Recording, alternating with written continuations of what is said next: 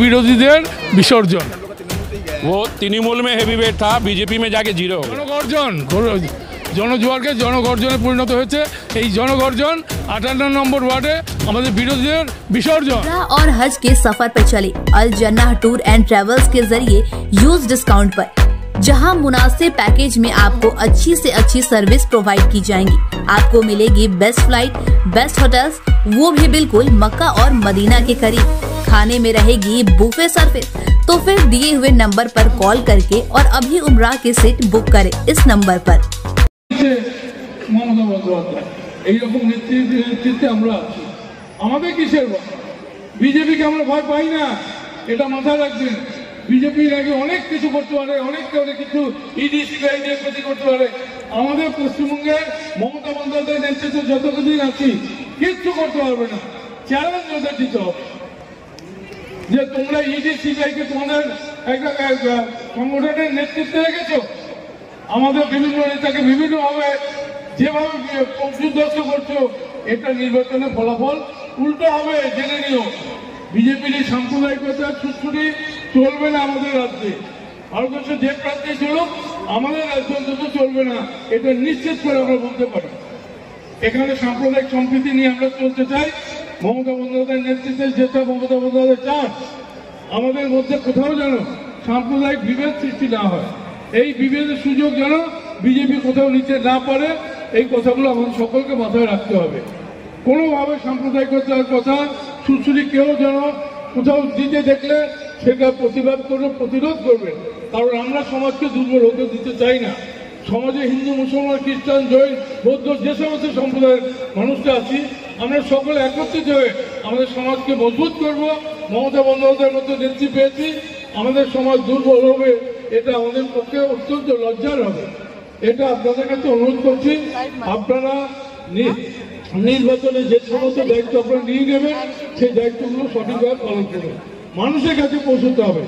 মানুষের দুয়ারে দুয়ারে পৌঁছানোর একমাত্র উপায় হলো আমরা স্ক্রুটিনি করি। যদি আমরা ফাইল নিয়ে সমস্ত মানুষের কাছে স্ক্রুটিনি করবো, স্ক্রুটিনি করে কে কোথায় আছে কি আছে নেই, এটা শুধু কাজ নয়, তাতে বোঝানো যাবে যে আমাদের প্রার্থীর হয়ে আপনাদের কাছে এসছি। দুটি কথা বলা যাবে, তার প্রতিবেদন নিয়ে কিছু কাগজ প্রিন্টেড হয়ে সেগুলো দেওয়া যাবে। এইগুলো কিন্তু আমাদের সেই দায়িত্বে পড়ে, এই দায়িত্বগুলো পালন করবেন। আর নির্বাচন ক্ষেত্রে যে প্রতিবন্ধকতাগুলো আছে, আমরা নির্বাচন বিধির আওতায় এসে গেছি। নির্বাচন বিধির আওতায় আসার ফলে সন্দীপন যে কথাগুলো বললো, এটা মনে রাখবে, যে কোনো জায়গায় হোর্ডিং লাগাবেন না। সরকারি ল্যাম্পপোস্টে পর্যন্ত আমাদের লাগানোর কথা নয়, লাগালে খুলে দিলে আমরা কোথাও কিছু বলতে পারবো না। অনেকে খুব জব আমাদের হোর্ডিং খুলে দিল, কিছু করার নেই, কারণ নির্বাচন বিধিতে ওটা বাধা আছে। আর কোনো বাড়িতে যদি হোর্ডিং লাগান, দেওয়াল লেখন করেন, তাহলে আপনার সেই বাড়ির মালিক যে, তার থেকে একটা পারমিশন আমাদের প্রিন্টেড থাকবে, সেটা করিয়ে দেবে। কেস হলে ওইগুলো দেখিয়ে আমরা সেই কেস থেকে রিলিফ পেতে পারবো। আপনাদের আর দীর্ঘায়িত করছি না বক্তব্য, শুধু বলছি সুদীপ বন্দ্যোপাধ্যায়কে আপনারা জেতাবেন তো জোরে, সুদীপ বন্দ্যোপাধ্যায়কে ম্যাক্সিমাম মার্জিনে জেতাবেন তো। ধন্যবাদ আপনাদের সকলকে। এই লড়াই আমরা আজ থেকে আরো 2 মাস পর্যন্ত এই লড়াইটা বজায় রাখবো, সকলে একত্রিত হয়ে লড়াইটা করবো। এই কঠিন কথা বলে আমার আন্তরিক শুভেচ্ছা, ধন্যবাদ আপনাদের সকলকে, যারা তাদের নিজস্ব অনেক কাজ থাকা সত্ত্বেও অনেকে এসছেন, দীর্ঘক্ষণ হয়ে গেছেন। মহিলারা বিশেষ করে যে সংখ্যায় হাজির হয়েছেন, তাদের ঘরের কিছু গৃহকর্ম থাকে, তারা উঠে যাচ্ছেন, না গেলেই ভালো করতেন, ভালো লাগবে। কিন্তু যাই হোক, এরপরে আমি সুদীপটাকে বলবো, সুদীপটাকে আপনাদের সামনে তার হৃদয়ে কিছু কথা রাখুন। নমস্কার, ধন্যবাদ। তৃণমূল কংগ্রেস জিন্দাবাদ, জয় বাংলা, জয় বাংলা। Thank you. বিজেপি 370, এই যে উনি বসে আছেন, ওইখানে মোদী বসলে পার্লামেন্টে আমি এইখানে বসে, আবার মুখ্যমন্ত্রী বসে, গত 5 বছর এইভাবেই বসেছি। এইরকম দলগত একটা মানুষের মনের মধ্যে থেকে তার প্রতিক্রিয়া বেরিয়ে আসে, পার্লামেন্টের মধ্যে দাঁড়িয়ে দেশের প্রধানমন্ত্রী স্লোগান দিচ্ছে, দলের নামে স্লোগান তুলছেন, চোখে দেখছি, ফিরে এলেন পার্লামেন্ট দেখে। পার্লামেন্ট করে,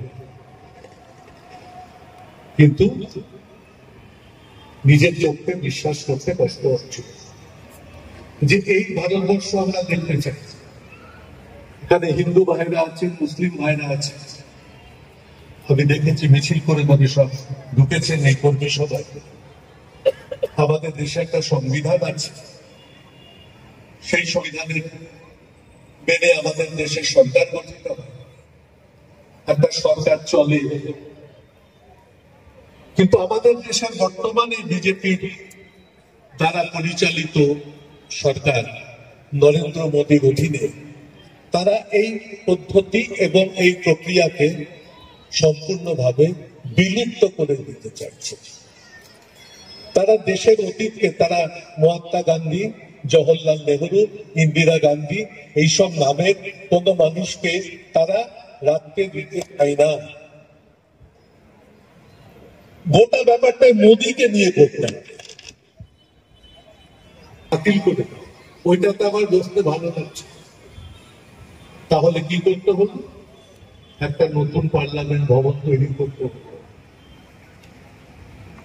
আগের পার্লামেন্ট ভবন সব দিক দিয়ে ভালো ছিল,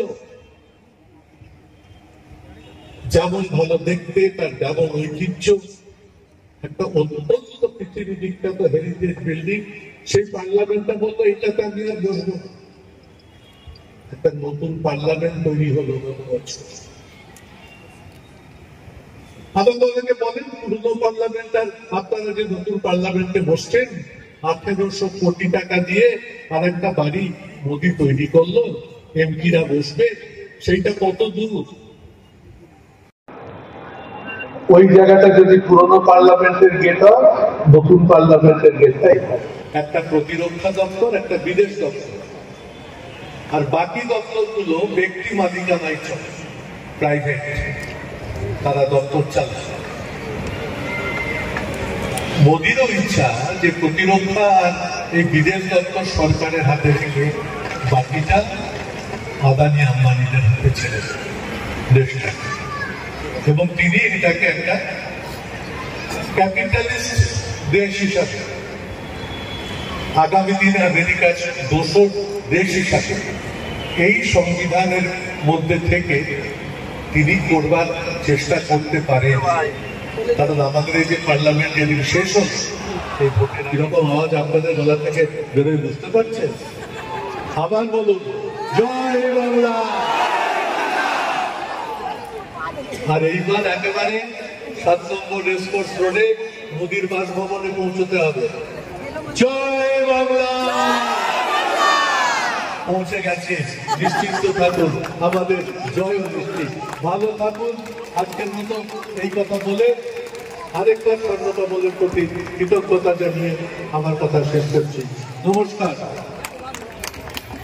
আচ্ছা, সভা শেষ হয়েছে।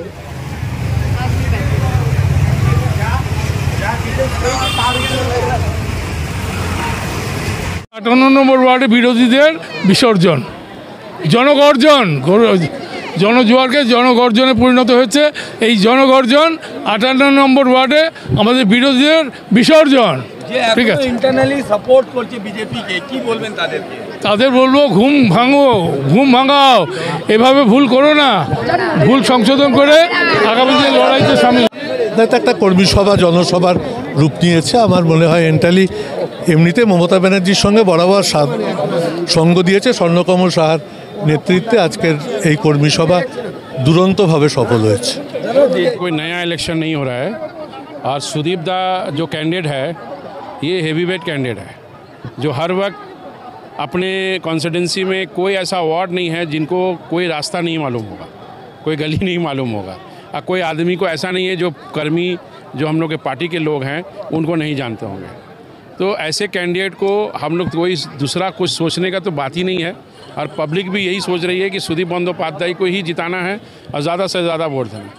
अभी जो कंपटीटर भी है, जो हेवी वेट ही कैंडिडेट है, जो कि हम लोग का तृणमूल से ही गया है, वो तृणमूल में हेवी वेट था, बीजेपी में जाके 0 हो गया। Very good.